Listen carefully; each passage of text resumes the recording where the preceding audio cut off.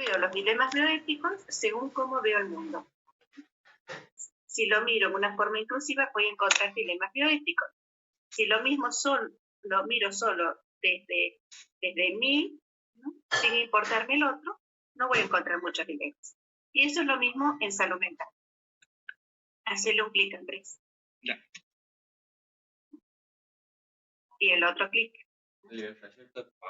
Aquí les vamos a pedir que ustedes comiencen a abrir un poco los micrófonos e ir opinando qué es lo que ustedes entienden por salud mental y qué es lo que entienden por atención del sufrimiento psíquico. En esta consigna que yo recién decía, todos en algún momento tuvimos contacto con la salud mental y con la locura.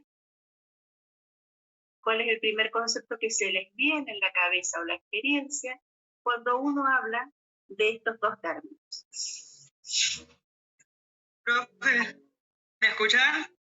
¿Sí? Hola, mi nombre es Emilia. En realidad, yo quería decir que me parece que las primeras veces que uno entra en contacto con la palabra salud mental es bastante fuerte porque todo el mundo se imagina a alguien, entre comillas, loco o que está en un loquero, por ejemplo. Y en realidad la salud mental abarca un montón de cosas que solemos presentar todos, como la ansiedad, depresión y un montón de cosas, y que a lo largo de estos años es como que antes se trataba de excluirlos de la sociedad porque eran diferentes, y ahora al contrario, tratan de integrarlos porque se ha demostrado que la gente está mucho mejor en sociedad porque responde mejor.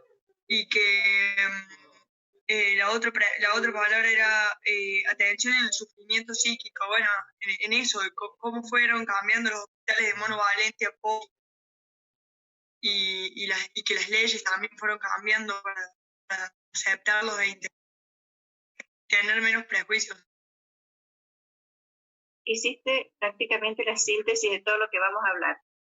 Sí, es verdad, uno asocia, para hablar de salud mental, muchas veces lo asocia automáticamente a lo que siente con sufrimiento psíquico, como la otra parte del péndulo. ¿Algún otro? ¿Sí? Yo quería agregar que para mí salud mental es el equilibrio que hay entre la parte social de una persona, psíquica y emocional. O sea, para que una persona tenga salud mental tiene que estos tres ejes están en óptimas condiciones, y que en cuanto a la atención en el sufrimiento psíquico no simplemente se basa, o como decía Emilia, a un hospital psiquiátrico, sino también, por ejemplo, cuando una persona se está por someter a una cirugía y el médico que está a cargo de esa cirugía se da cuenta que la persona tiene mucho temor y mucho miedo, y esa situación extrema le genera digamos, estrés, muchas veces se opta por mandar al paciente que va a someterse, si es programada, lógico, la cirugía, a un psicólogo, un psiquiatra, unos 2 meses antes, como para que la persona vaya preparando su psiquis para lo que va a enfrentar al pasar por ese proceso tan traumático. O sea que la salud, para mí, la atención del sufrimiento psíquico, como coincido con Emilia, empieza mucho antes de llegar a un hospital psiquiátrico. Está en todos los días, en nosotros lograr tener una óptima salud mental a través de evitar situaciones en las que nos pongan en situaciones que no nos gustan, o bueno, ahora se habla mucho de toxicidad, pero es evitar eso, digamos, como cuidar nuestra propia salud mental, digamos. Profe, a mí me gustaría agregar una cosita nada más. Me gustaría preguntarle cómo se ve el tema de salud mental dentro de los profesionales de salud. Vi que hay como cifras bastante alarmantes en tasa de suicidio, depresión y ansiedad en profesionales de salud, al menos en Estados Unidos. Y me gustaría saber si tenemos una forma de abordar eso, si se está viendo o no se está viendo. Bueno, después al final vamos a ir avanzando y sí podemos retomar ese tema de qué es lo que nos está pasando como profesionales. ¿Tenés algunas cifras ciertas? Quienes, dentro del campo de la salud, quienes más consumen y más alto riesgo de suicidio hay son los anestesistas. Es altísimo el nivel de estrés de esa especialidad. Y son cifras que van subiendo, al igual que van subiendo a lo largo de población general.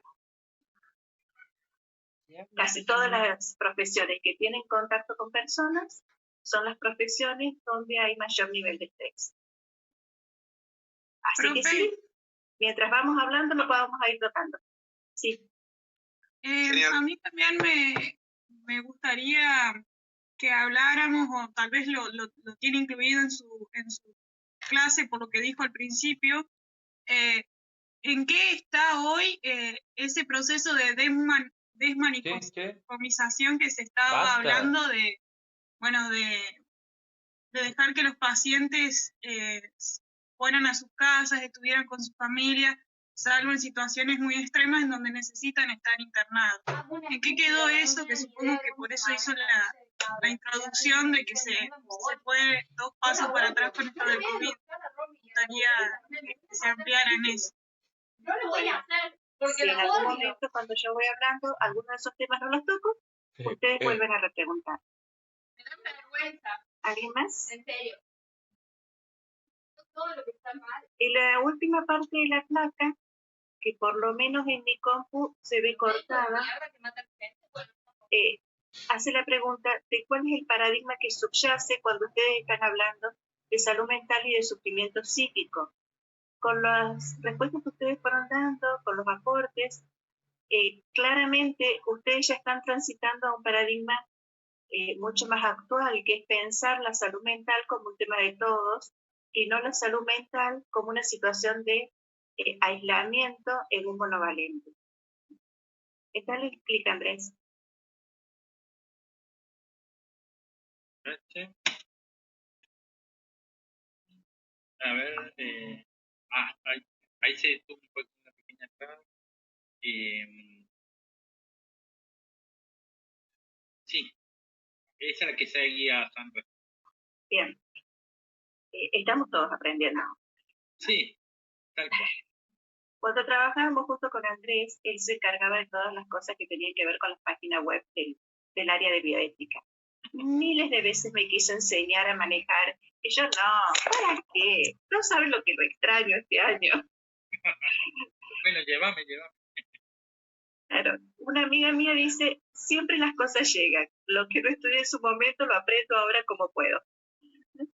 Bueno, ustedes fueron nombrando algunas cuestiones que tenían que ver con la locura y con los cambios, y lo que yo les voy a transmitir en 2 o 3 placas es esto que hoy vemos, tiene que ver con cómo fue la historia de la locura.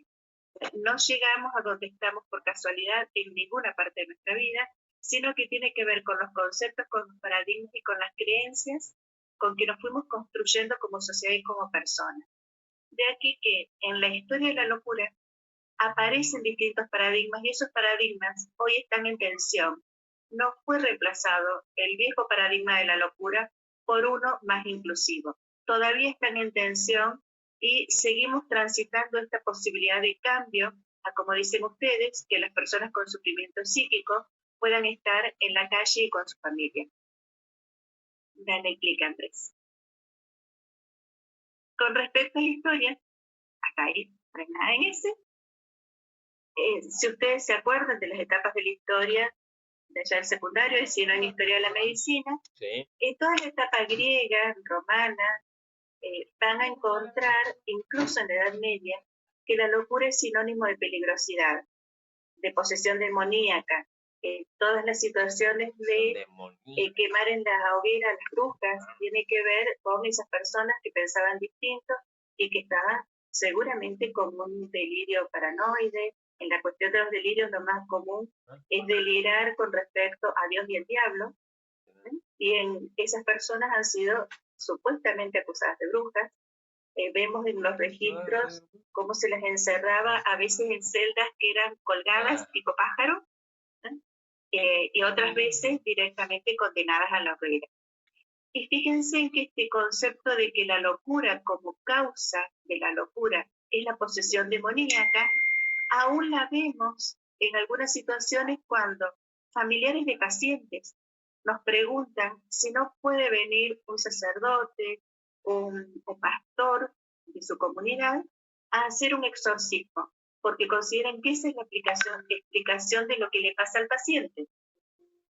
Y a veces en alguna noticia todavía encontramos en placas tipo Crónica TV, la palabra peligroso, la palabra posesión diabólica.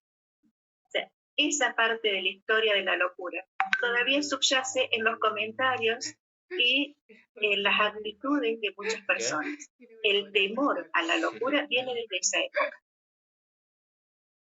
Cuando comienzan a cambiar paulatinamente esto de que la locura es algo maligno y que las personas tienen que estar encerradas, aisladas, torturadas para sacar el mal de adentro, el primer hito que vamos a encontrar de cambio, que en el campo de la salud mental y la psiquiatría lo llamamos revoluciones psiquiátricas. Volvé, Andrés. Bueno, ahí lo que me Sácalo de ahí. Volve un clic. No, a ver. ¿Ahí está bien? Anda, Prado. Ahí, frena ahí. Dale. Las revoluciones psiquiátricas tienen que ver con que ha cambiado en ese momento la forma en que se piensa de origen de la locura, la forma en que se lo atiende a la persona, o sea, o la causa o la forma de abordaje. ¿Sí? Alguno de esos hitos, alguno de esos elementos fundantes cambia y por eso se habla de revolución psiquiátrica, porque la forma de mirar al sujeto ha sufrido un cambio radical.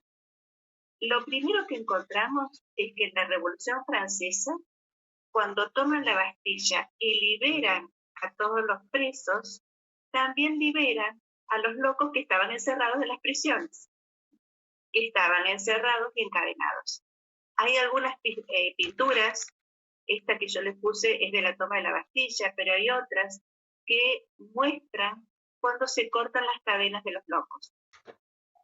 Durante la Revolución Francesa aparecen Pinel y Esquirol, quizás ustedes los escucharon o los van a ver cuando cursen psiquiatría, que son dos psiquiatras que comienzan a plantear un abordaje distinto. Se plantea que las personas no tienen que estar encerradas en las cárceles, tienen que estar en un espacio que sea propio para los locos. Y así se crean los grandes hospitales psiquiátricos. En esos hospitales psiquiátricos, el avance es que las personas ya no están encerradas por los presos y que van a estar en un lugar que les es propio. Se instaura allí, en la época de Pinel y Esquirol, en este gran hospital psiquiátrico de París, lo que se llama tratamiento moral, que lo inicia un enfermero, que es el primer enfermero psiquiátrico del cual hay registro, y que se llama Esquirol. Esquirol lo que hace es Poussin lo que hace es observar en forma permanente la conducta de los pacientes e ir registrando lo que hacen durante el día. A partir de esos registros es que Pinel cataloga y hace la primera clasificación de enfermedades psiquiátricas. Y el otro aporte de Poussin, que es lo de tratamiento moral, es generar una rutina en la vida diaria que ayuda a las personas a... Y aquí sí, Andrés, hacerle el clic. Es muy conocida. Es cuando Freud explica la teoría del inconsciente. El yo, el ello y el superyo, que es el mayor aporte que él produce dentro de todo su trabajo, el poder pensar que cómo se constituye ese inconsciente es una base después del comportamiento de las personas. Cambia la explicación de por qué se produce la locura. Lo que no cambia Freud es que la forma de tratamiento sigue siendo el manicomio.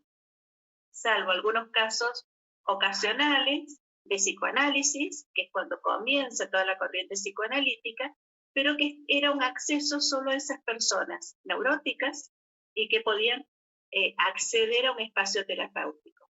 Pero la locura en sí, los grandes casos de mucho sufrimiento psíquico, los trastornos mentales graves, seguían resolviéndose en el confinamiento de un hospital psiquiátrico. Y la otra revolución psiquiátrica, hacer el clic, Andrés, es después de la Segunda Guerra Mundial, cuando se comienza a analizar cómo disminuir el dolor de los heridos en guerra, con las mutilaciones, con las amputaciones, encuentran que esa medicación también tenía efecto para disminuir los síntomas del estrés postraumático.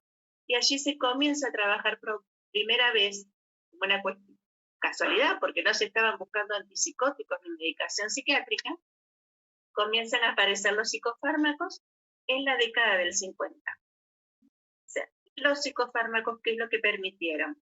Que muchos tratamientos reemplazan el chaleco de tela por el chaleco químico. Las personas excitadas ya no necesitaban estar encorsetados, sujetos a la cama, con electroshock, sino que estaba esta nueva herramienta terapéutica. Ya Freud nos cambia cómo se piensa el origen de la locura, y esta revolución de los psicofármacos nos permite cambiar la forma de tratamiento, pero no deja de ser una respuesta complementaria al encierro en los grandes hospitales psiquiátricos. Estas distintas revoluciones psiquiátricas nos van aportando formas de abordaje de la locura. Ustedes hablaron en su experiencia, en lo que conocían, elementos que tienen que ver con lo que se comienza a llamar como cuarta revolución psiquiátrica, que es la que estaría en tránsito. Hacelo un clic a 3.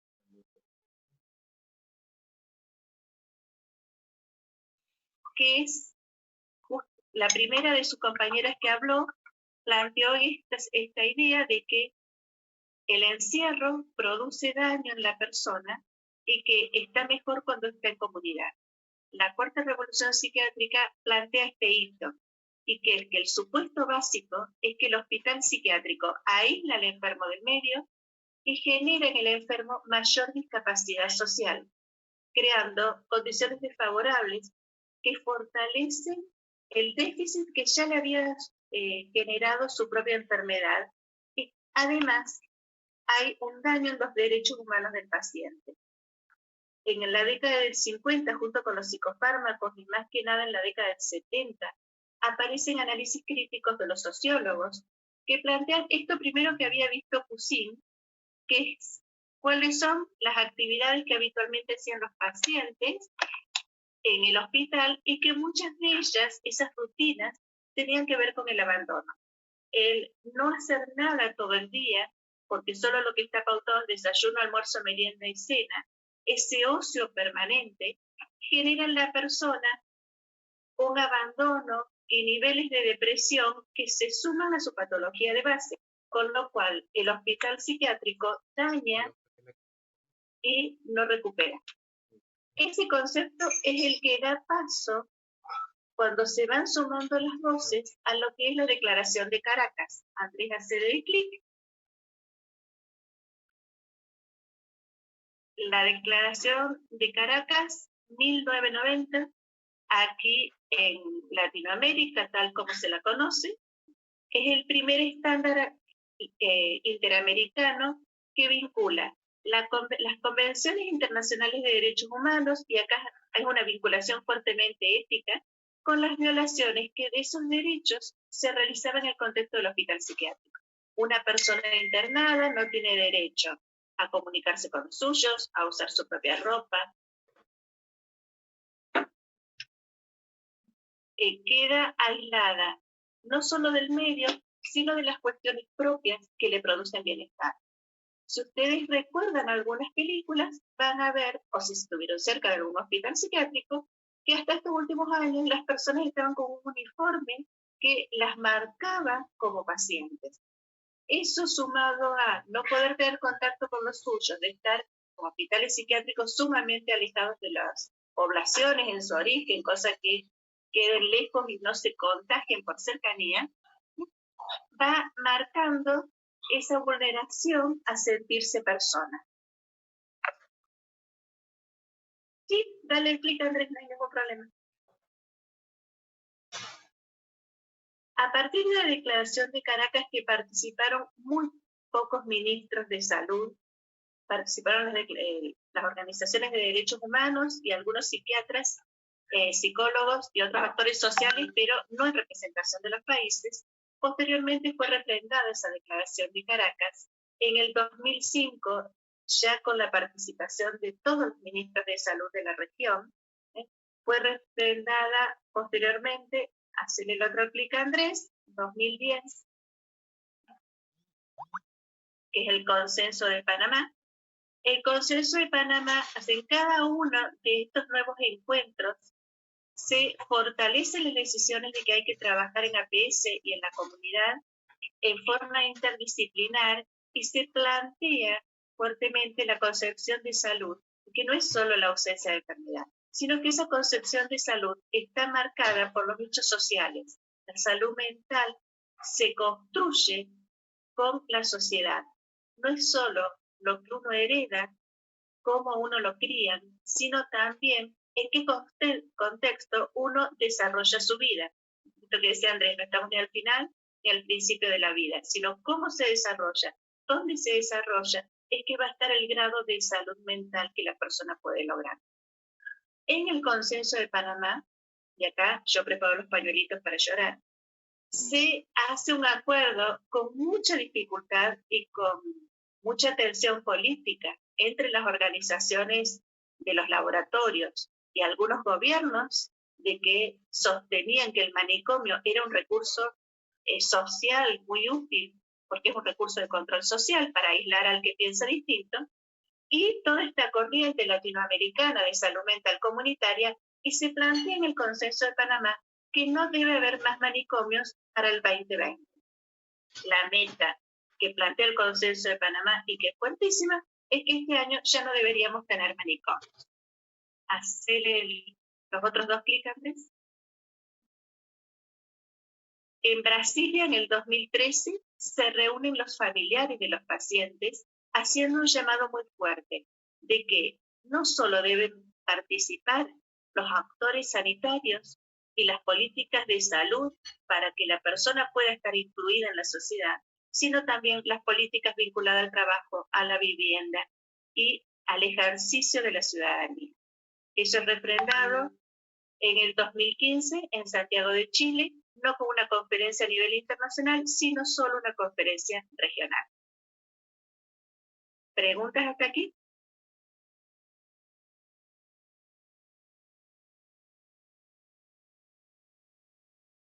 La pregunta que puede surgir es ¿qué nos pasa con esa declaración de Panamá de no más manicomio para el 2020?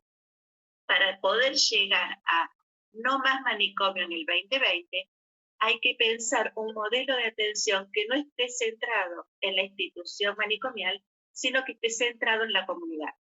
Y que aquí está la definición en esta placa, ¿no? Que es pensar que la atención de la salud mental se debe proporcionar mediante servicios de salud general y en entornos comunitarios. Algunos de sus compañeros lo nombraron, que la persona pueda ir a un hospital general, pueda ir a un servicio de APS para recibir la atención que necesita. Atención por un diagnóstico de salud mental grave o atención para prevenir que no haga una depresión cuando tiene que ser intervenido quirúrgicamente. Esos ejemplos que ustedes vieron es pensar desde este modelo, que la atención de salud mental no es solo la atención al loco grave, sino que también es la prevención para mejores condiciones de salud mental para enfrentarse a una intervención quirúrgica, mejores condiciones para criar a los niños, pero también mejores condiciones de vida. O sea, el modelo comunitario implica que las prestaciones tienen que estar disponibles en el campo de la promoción, de la prevención, de la asistencia, allí donde viva la persona y a lo largo de toda su vida. Por eso dije, busquemos los pañuelitos porque no nos está pasando. El modelo comunitario se acoge al principio de integrar los servicios de salud mental con la atención general de la salud y con otros servicios. Y requiere el compromiso, por lo tanto, como pedían las familias en Brasilia, de los usuarios, de los familiares, de la asistencia social, de la policía, de la educación, de los jueces. Nos seguimos encontrando que a pesar del cambio del Código Civil y de que ya tener sufrimiento psíquico severo no es sinónimo de peligrosidad, nos seguimos encontrando que hay jueces que indican la internación psiquiátrica, no porque esté atravesando una crisis, sino que la indican hasta que desaparezca la causa de la peligrosidad, como decía el viejo Código Civil. Con lo cual, una persona que está atravesando una crisis, cuando se estabiliza, no se puede ir de alta, porque su diagnóstico de base de la psicosis no desaparece. O sea, estas concepciones son las que están en tensión actualmente. La persona tiene derecho a estar en la comunidad, pero hay muchos paradigmas que todavía nos atraviesan y que hacen que siga asociado a la peligrosidad, la locura, como en la Edad Media, y que le impiden ejercer ese derecho.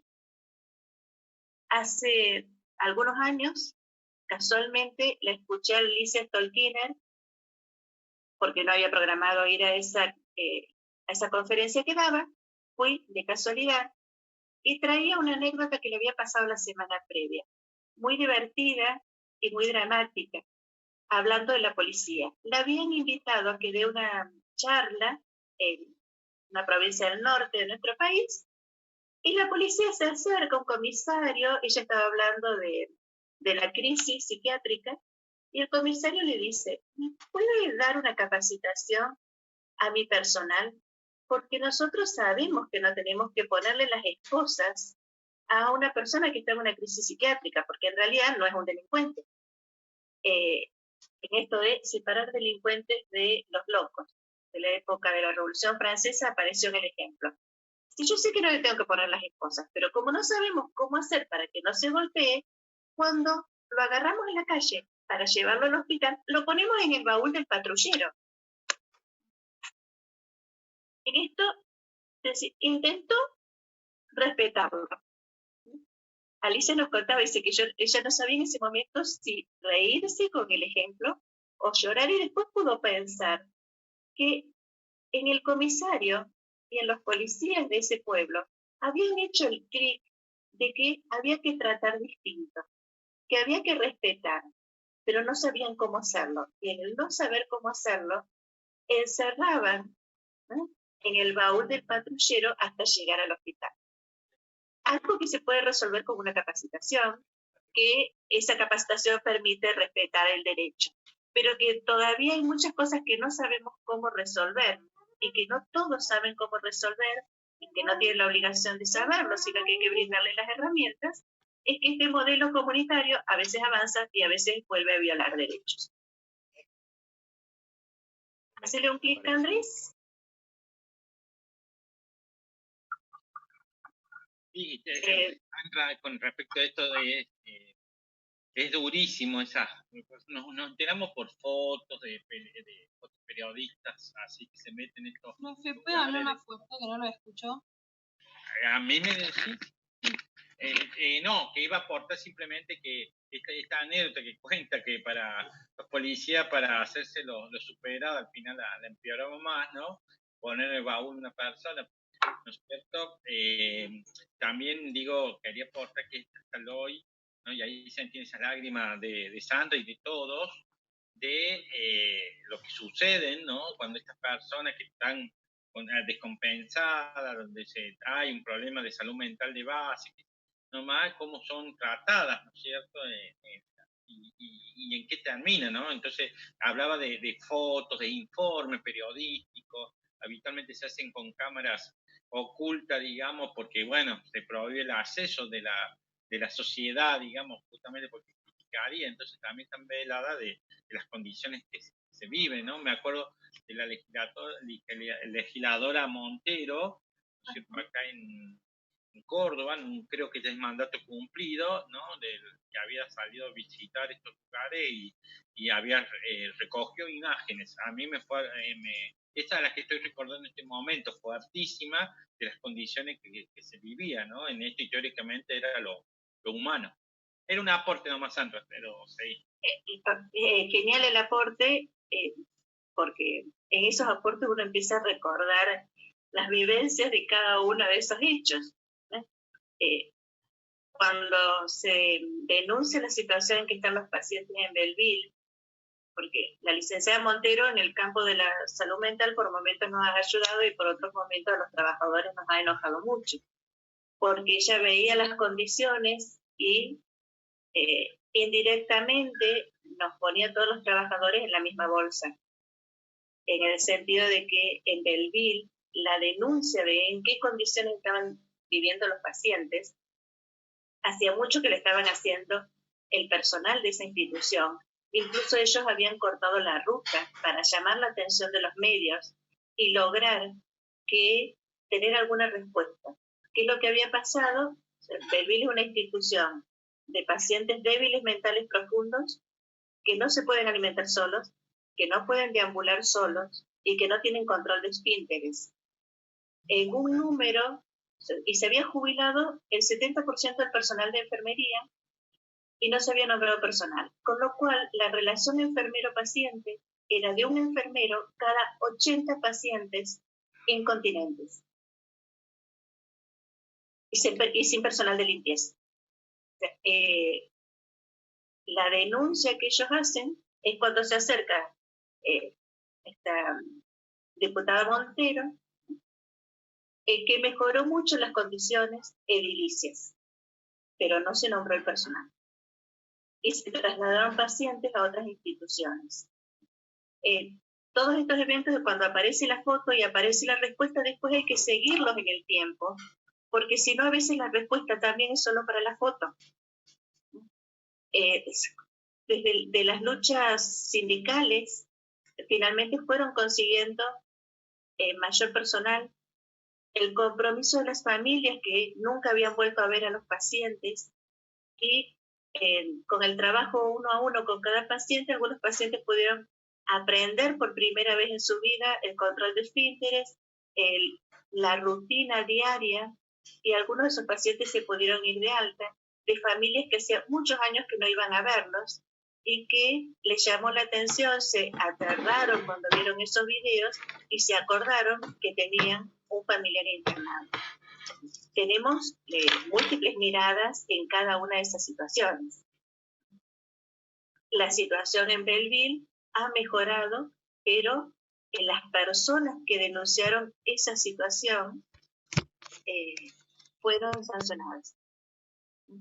En esto en la salud, para poder hablar de derechos, uno habla de derechos porque fueron violentados sistemáticamente y entonces descubrimos que hay que transformarlos en un derecho humano para que se respeten.